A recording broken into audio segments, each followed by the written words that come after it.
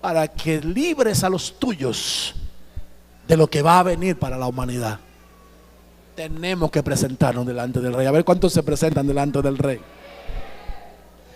Tenemos que presentarnos delante del Señor Jesús en oración para que Él nos libre. Nosotros tenemos una responsabilidad ancestral, hermanos. Siempre lo he dicho. Tenemos el privilegio como hijos de Dios que nuestra descendencia es una descendencia santa. Déjame decirte, una vez estás en Cristo, aunque tu pareja todavía no haya llegado a Cristo, ¿sabe cómo lo mira Dios a tu pareja? Ya la mira santificada, ya Dios la mira apartada, ya Dios la mira como parte del pueblo. ¿Y sabe por qué? Porque tú estás en Cristo. Entonces nosotros jugamos un rol espectacular como hijos de Dios. Quizás tú seas el primero en tu casa o la primera en tu familia que recibiste a Jesús. Pero déjame decirte, tú serás responsable de que toda tu generación alcance la bendición que tú has alcanzado. Aleluya. Gloria a Dios. En 2 de Samuel capítulo 5 versos 8 y 9 dice: David dijo aquel día: todo el que quiera herir a los jebuseos, que suba por el túnel del agua y llegue a los cojos y a los ciegos, a los cuales el alma de David aborrece. Por esto se dice: ni los ciegos ni los cojos entrarán en la casa. David habitó en la fortaleza y llamó la ciudad de David, y edificó David la muralla en derredor desde el Milo hacia adentro. ¿A dónde edificó la muralla? Desde el Milo hacia adentro. Desde el lugar de defensa, desde el baluarte hacia adentro. Y note qué interesante, David quería salvaguardar a los suyos y para eso edificó una torre desde el Milo.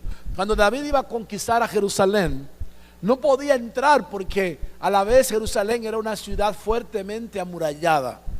Y entonces tenía una gran fortaleza esa ciudad, y él hizo que se metió por el desagüe, se metió por el lugar donde las aguas negras salen. Y entró por ese lugar con la finalidad de conquistar Sión y quedarse en esa casa. Había una torre en Milo, la que él protegió e hizo otras para sentirse seguro. En otras palabras, para poder penetrar a ese lugar fuertemente armado, David tuvo que humillarse, tuvo que entrar por la cloaca.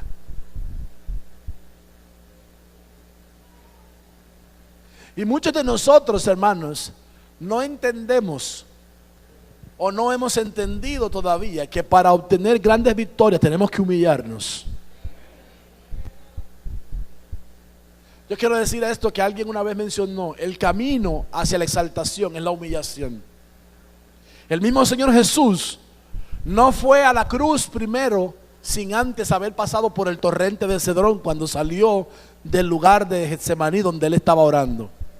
El torrente del Cedrón era el lugar por donde bajaba toda el agua sucia, por donde se tiraba la basura, y cuando llovía, esa lluvia arrastraba toda la basura para llevarla finalmente hasta el mar muerto.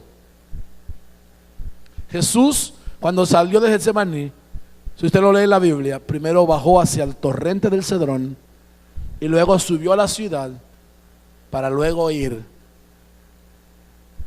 al lugar donde iba a ser juzgado, finalmente ir a la cruz. Pero el camino a la exaltación fue la humillación. Si queremos ser exaltados, debemos de humillarnos delante del Señor. Esa torre también servía para disparar con arcos. Y los arcos, espiritualmente hablando, nos habla a nosotros en sentido espiritual de los hijos. Yo quiero que vayamos a esta cita bíblica que está en Salmo 127, versículo 4. Dice ahí la escritura: como flechas en la mano del guerrero, así son los hijos tenidos en la juventud. Entonces, como miramos aquí, estamos dándonos cuenta realmente que las flechas se colocan ¿dónde? Para ser lanzados en el arco. Entonces, esos arcos espiritualmente nos hablan a nosotros del líquido seminal, porque para que los hijos sean lanzados necesitan de un arco. Y entonces, note que significa que David estaba dándole protección a sus hijos en un acto de responsabilidad ancestral. Déjame decirte, lamentablemente David no logró su propósito. Salomón se corrompió en gran manera. Y todos los hijos de David se corrompieron en gran manera. No logró David ser un previsor de sus generaciones. Pero por amor a David, Dios levantó de su descendencia a uno que tomaría el cetro eternamente y para siempre, a Jesús. Por eso Jesús es de la casa de David. Por amor a David. Ahora, ¿qué hizo David para ganarse esa misericordia de Dios? David ciertamente había pecado, ciertamente había fallado a Dios, pero él se humilló en gran manera. Y por eso aparece un Salmo 51 que dice: ten misericordia de mí, oh Dios, ten piedad de mí, oh Dios, conforme a tus misericordias. Lávame más y más de mi maldad y límpiame de mi pecado, porque yo reconozco mis transgresiones. He aquí que contra ti, solo contra ti he pecado. Y le dice: Dios, no apartes de mí tu Santo Espíritu. Y si ustedes leen la historia de David, cuando pasaron los años, después de que se cumplieron los 4 tantos que él proclamó con su misma boca que debía de pagar el que había afrentado a Betsabé, si ustedes notan, cuando Dios se refiere de David, no recuerda ese pecado de David y dice: y no había otro como David. Entonces la humillación delante de Dios va a librar a nuestras generaciones, va a librar a nuestros ancestros de maldiciones que pudieron haber acarreado fruto del pecado nuestro o del pecado de nuestros antepasados. Por eso es importante que entendamos 1 de Pedro 1:19, sabiendo pues que fuisteis rescatados de la vana manera de vivir que heredaste de tus padres, no con oro ni con plata, sino por la sangre preciosa de Cristo. La sangre de Cristo nos libra de toda maldición. Aleluya. Entonces ustedes y yo somos el resultado de nuestros padres, hermanos. Y si ellos pecaron, la maldición debió habernos caído a nosotros, pero por la sangre de Cristo somos librados de esas maldiciones. Todos somos resultado de nuestros ancestros, buenos o malos, pero en Cristo podemos poner un dique para que no siga lo malo en nuestra familia, hermanos.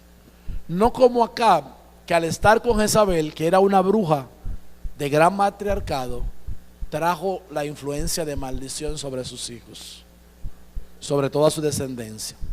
Concluyamos el tema en esta hora.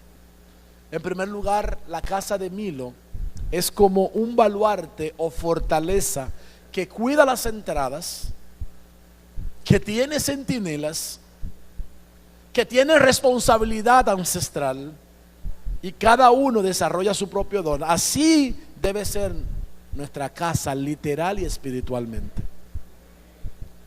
Y en segundo lugar, debemos de ser cuidadosos de la casa que Dios nos ha dado. Cierre sus ojos, por favor. Cierre sus ojos. Dios está hablando a nuestros corazones este día. Dios quiere que nosotros levantemos una muralla de defensa, un lugar, una fortaleza de donde nosotros podamos confiadamente atacar a nuestro adversario, sabiendo que ahí estamos salvaguardados, protegidos.